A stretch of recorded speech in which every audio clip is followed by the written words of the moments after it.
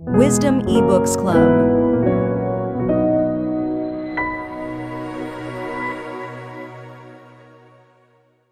Genesis chapter 38.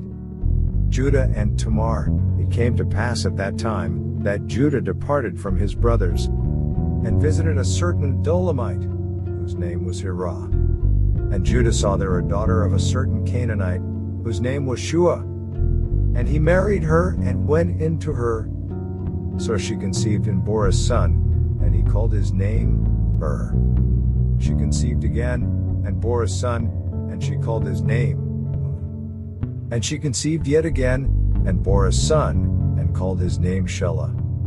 He was at Kezib when she bore him. Then Judah took a wife for his firstborn, and her name was Tamar. But Judah's firstborn, was wicked in the sight of the Lord, and the Lord killed him. And Judah said to Onan, "Go into your brother's wife and marry her, and raise up an heir to your brother." But Onan knew that the heir would not be his, and it came to pass, when he went into his brother's wife, that he omitted on the ground, lest he should give an heir to his brother. And the thing which he did displeased the Lord, therefore he killed him also. Then Judah said to Tamar, his daughter-in-law, "Remain a widow in your father's house, till my son Shelah is grown." For he said, lest he also die like his brothers. And Tamar went and dwelt in her father's house. Now in the process of time, the daughter of Shelah, Judah's wife, died. And Judah was comforted, and went up to his sheep shearers at Timnah, he and his friend Hirah, the Adullamite. And it was told Tamar, saying, "Look, your father-in-law is going up to Timnah to shear his sheep." So she took off her widow's garments, covered herself with a veil, and wrapped herself, and sat in an open place, which was on the way to Timnah, for she saw that Shelah was grown. And she was not given to him as a wife. When Judah saw her, he thought she was a harlot, because she had covered her face. Then he turned to her by the way, and said, "Please let me come in to you," for he did not know that she was his daughter-in-law. So she said, "What will you give me, that you may come in to me?" And he said, "I will send a young goat from the flock." So she said, "Will you give me a pledge till you send it?" Then he said, "Pledge shall I give you?" So she said, "Your signet and cord, and your staff that is in your hand." Then he gave them to her, and went into her, and she conceived by him. So she arose and went away, and laid aside her veil, and put on the garments of her widowhood.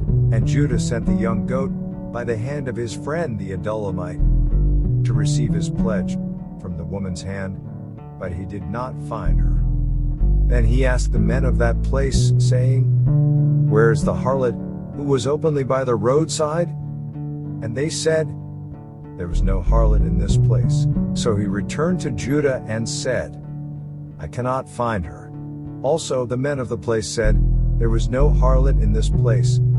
Then Judah said, "Let her take them for herself, lest we be shamed, for I sent this young goat, and you have not found her."